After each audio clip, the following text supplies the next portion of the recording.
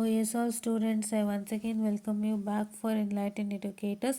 And ಒಂದಷ್ಟು ಡೌಟ್ಸ್ಗಳು ಬಂದಿದೆ.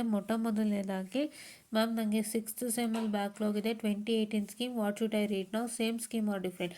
18 ಓದಬೇಕು. 18 ಅವ್ರು ಯಾವುದು ಸಬ್ಸ್ಟಿಟ್ಯೂಟ್ ಕೊಟ್ಟಿಲ್ಲ. You all know that, right?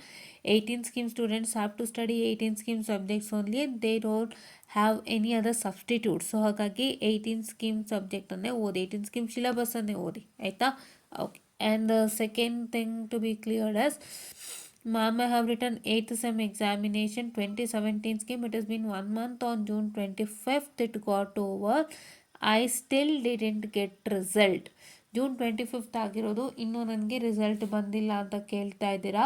So ಹಾಗಾಗಿ ಬರುತ್ತೆ, ವೆಯ್ಟ್ ಮಾಡಿ. ಆ್ಯಂಡ್ ಇಲ್ಲಿ ಒಂದು ನೀವು ಗಮನಿಸ್ಬೋದು, VTU ರಿಸಲ್ಟ್ ವೆಬ್ಸೈಟಲ್ಲಿ ನೋಡಿ,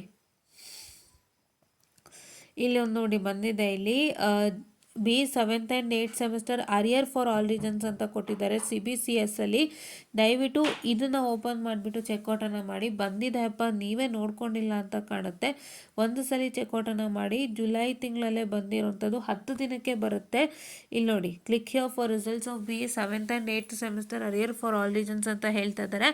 ಸೊ ಹಾಗಾಗಿ ದಯವಿಟ್ಟು ಅದನ್ನೊಂದ್ಸತಿ ನೋಡಿ, ನಿಮ್ಮದು ಖಂಡಿತ ಬಂದಿರುತ್ತೆ 8th ಸೆಮಿಸ್ಟರ್ದು, ಓಕೆನಾ? So this is what is for today's update on the health. I just wind up the small session, guys, and please do watch today's video which I posted it on afternoon.